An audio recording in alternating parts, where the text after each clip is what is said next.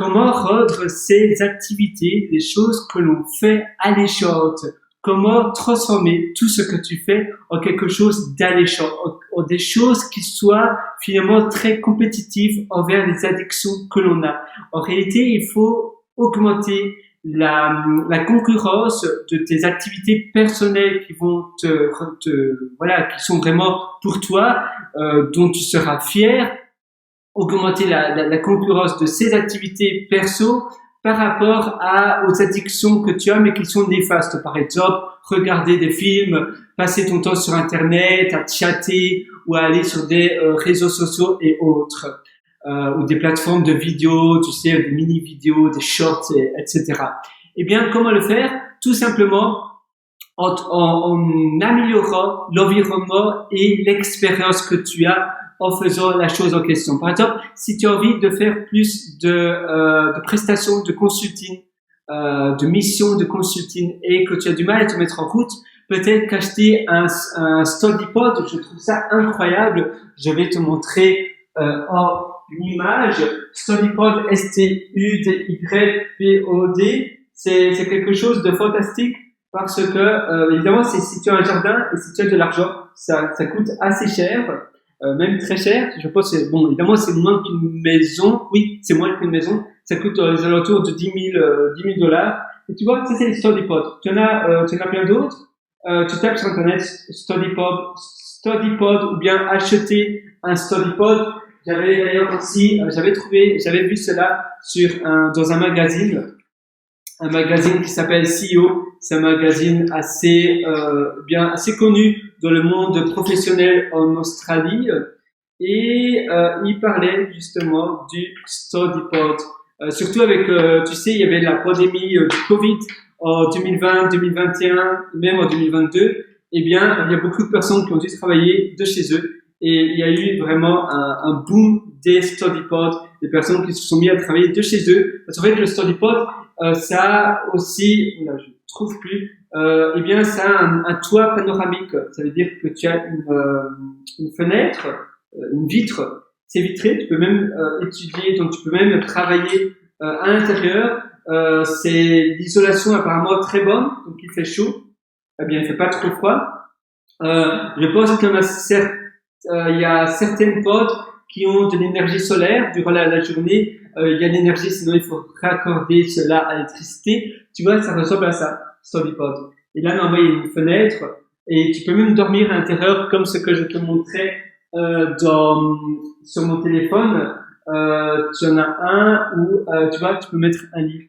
Voilà. Mais finalement, c'est simplement un exemple comme un autre, mais c'est transformer une expérience qui à la base n'est pas super, que tu n'as pas vraiment envie. Peut-être tu peux te donner une récompense après la tâche en question que tu veux faire. Une récompense qui va peut-être être prendre une bière bien fraîche après faire ta tâche, ou bien prendre un frappuccino ou un autre café glacé dans ton café favori.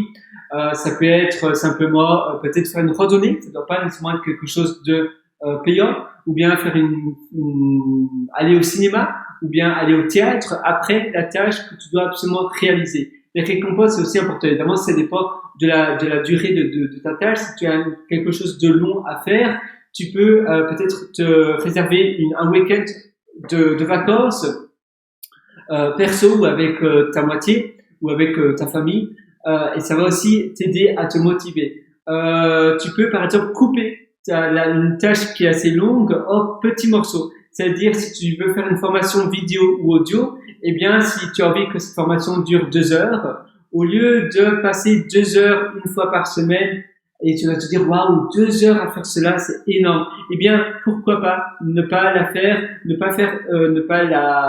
la couper en petits modules de 20 minutes. Donc, si tous les jours, tu passes peut-être environ 18 minutes à parler d'un sujet, d'un petit module qui va s'imbriquer dans ta formation. Donc pendant tous les jours, pendant un quart d'heure, et à la fin de la semaine, tu auras 2 heures de contenu que tu pourras publier sur ta plateforme de formation. Et tu vois, ça sera beaucoup plus simple. Si ta formation doit durer 1 heure, eh bien tu vas simplement faire 10 minutes ou même 8-9 minutes de contenu chaque jour, et puis après tu vas publier ces petits modules. Et d'ailleurs ça sera plus simple à faire aussi parce que tu as le sujet principal de ta formation et tu vas délimiter en petits chapitres, en chapitres ou en modules si tu préfères. Et chaque module aura un nom spécifique de ce que tu vas évoquer. Donc tu auras le sujet principal de ta formation et puis après tu vas approfondir sur des petites parties de ce sujet global. Et ça va représenter un module de 10 minutes environ. Et après, tu vas tout publier cela. Tu dois même pas les merger, donc les joindre en un long fichier. Donc, tu peux simplement publier ces petits fichiers sur la plateforme de formation que tu utilises, du style Podia, Udemy et autres. Évidemment, Udemy, souvent 1 heure, ça va, mais souvent, le format basique, c'est 2 heures à 3 heures de contenu.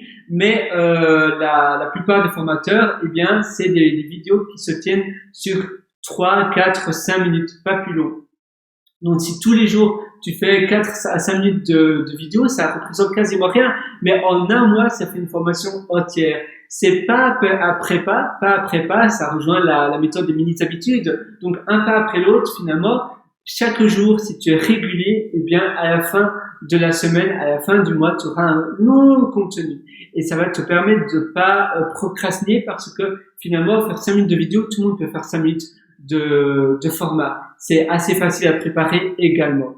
Donc tu vois, finalement, c'est bien. Moi, parfois, j'ai fait des contenus plus longs parce que je suis vraiment dans l'élan. Mais au début, quand j'ai commencé, quand j'avais pas l'habitude de parler, c'était beaucoup plus difficile. Et donc, les formats, des petits formats, mais réguliers, m'ont énormément aidé. Et ça va améliorer, l'expérience que tu auras pour faire tes tâches. Et ça sera, voilà, tu vas les rendre beaucoup plus alléchantes. Qu'est-ce que tu peux faire d'autre aussi? Tu peux changer d'environnement. Tu peux faire ton travail dans un environnement différent. Changer d'environnement, ça va te permettre d'améliorer l'expérience que tu auras, de kiffer finalement ce que tu fais, de vraiment apprécier ce que tu fais. Tu vas plus voir le travail comme un travail, mais tu vas voir le travail comme quelque chose de plaisant à faire.